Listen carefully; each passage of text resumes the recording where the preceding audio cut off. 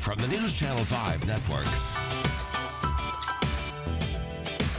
This is Urban Outlook.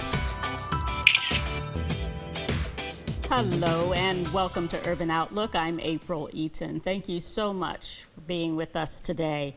It might be me, but it seems that there is an elevated focus on experiences of being Black in America. The current situation we're dealing with is one thing: the social injustice, police brutality, the protests to speak out against the wrongs. But have you noticed things like TV ads, one like the one that has a Black man being stared at a swimming pool, and then he gets locked out of the elevator, and then he's followed in a store, and at the end of the commercial you find out that he's an actual judge. NPR is running a series where they put out a call for experiences, asking for stories of being Black in America. All this focus, all this attention, and it made me think about the importance of capturing our story and capturing it our way. Well, our guest today is doing just that. Sekou Writes is a writer, an artist, a filmmaker whose play, Brown Boy Mad, debuted at Fisk University before the pandemic shut everything down. But Sekou, welcome to Urban Outlook. Thank you for joining us as you tell your story and help us remember our history and tell ours. Thanks for having me, April. I appreciate it. It's great to be here. As I said, you have been telling many stories, and some are very personal to you. Talk about Brown Boy Mad and how that came about. Yeah, so it's hard to make this long story short, but Brown Boy Mad is actually a play that I began writing almost 20 years ago. Well, I'm sorry, that I completed writing 20 years ago. And it's been sitting around on my hard drive ever since. And after I saw For Colored Girls Who Have Considered Suicide When the Rainbow Isn't Enough, the revival of that on Broadway at the Public Theater at the end of last year, that reminded me of this project. And I unearthed it and I took it to Blackboard Plays in New York. I actually live in New York. So I took it to Blackboard Plays in New York, and they gave me a lot of help and encouragement. And I rewrote it. I brought it to Nashville, ostensibly to visit my mom. But while I was here, I reached out to Fisk University, and we were able to collaborate, and we had 2 staged readings of the play, the first stage readings of the play, Brown Boy Mad, at Fisk University, the second of which was the very final student activity on campus before the pandemic shut everything down.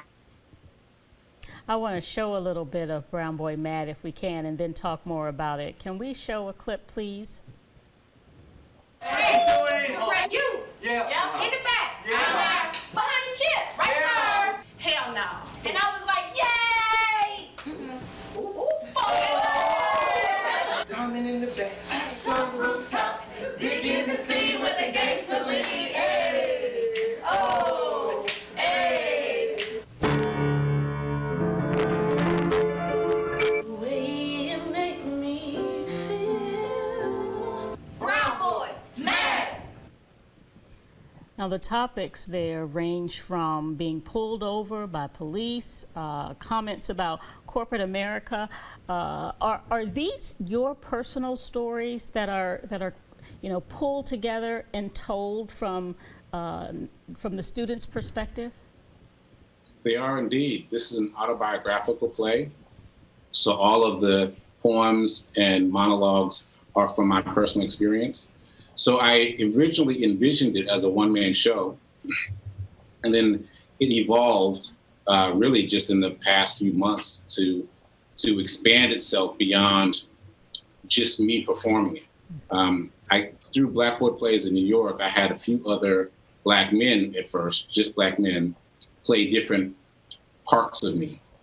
And then when I came to Fisk, I was looking for Black men. I went to the drama department, which is run by Professor Ventress, and I asked her for students who were Black men because I wanted them to play me, right, at different ages and stages of my life. And that happened at a rehearsal where some of her female students were present, and they were like, "You ain't got nothing for us?" And I was like, "No, because it's my story." But then they were pretty persistent. They kept asking about it, and then I realized that my stories are their stories. Like it's not specific to male or female. It's about race. And what was very interesting to me is that once I made that decision to incorporate women, I saw them, the students, arguing over which poem they wanted to play because those poems resonated most with them. So it just reinforced the fact that these stories are very universal, even though they are my own stories. I like that girl power moment there. But I wonder, Sekou, what was sort of that eye-opening moment for you? And it may be the fact that your stories did resonate so true with others. I wonder, was that surprising? Was that shocking? Was it scary that the things that you had to deal with through life and through the years also happen to be the same stories that other Black youth have had to deal with through the years? It was shocking and scary and surprising on a number of different levels. First of all, the central poem of Brown Boy Mad is me writing about me buying my first car. And long story short, I had a interaction with the police when I bought my first car. So I won't tell that whole story now. But it was very challenging for me. It was life-threatening. And so that happened. And then it took me many, many years before I could write about it. And then more years before it ended up in a play on stage, a previous production. And then add the 20 years to that it took to get off my hard drive out into the world here at Fisk University. And then these students are telling me the same stories, essentially, that just happened to them a couple weeks ago, a couple months ago. And so there's all this time separation in my life from these stories, but there's no time separation between my stories and their stories. So yeah, that was pretty jarring. I actually gave a lecture at Fisk about transforming racial rage into creative energy, which is what I did with Brown Boy Mad. And the teacher asked the students in the class to participate, to talk about their similar experiences. And I was blown away by just how little things have changed. The other thing I found interesting is that that there was humor throughout. Even though Brown Boy Mad talks about these incidences that would make anybody angry about the situation, you sometimes told them with humor. I'm thinking about that Dear White Man segment where it said, "No, we don't all look alike. No, I don't play basketball." I wonder, is that your way of laughing to keep from crying? Yeah, initially, again, since these are my stories, initially it was my way of working through this piece because Brown Boy Mad is about an hour long and some of the pieces are heavy. And so for me, for my spirit, I needed to lighten the load for my spirit. So I had to incorporate some humor for me. And then the added benefit of that is, yes, it lightens the load for the audience. And also an ancillary benefit, it gives the actors, in this case, the Fisk University stagecrafters, the opportunity to spread their wings. Because you read just now what's on the page, Dear White Man, I do not work here. But then you see the play and you see that piece is now 5 minutes and all of that is the actor.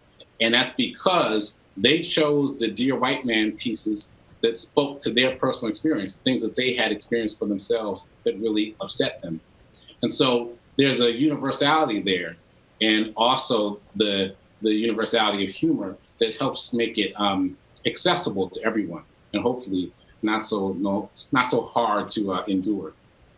I also want to talk a little bit about the importance of telling stories. And no matter where you live, we all watch the news, right, and see the things that are happening around the country, the racial unrest, the protests to fix what's wrong with society and among the races, the constant examples of things that didn't go the way they should have gone when it comes to Black people.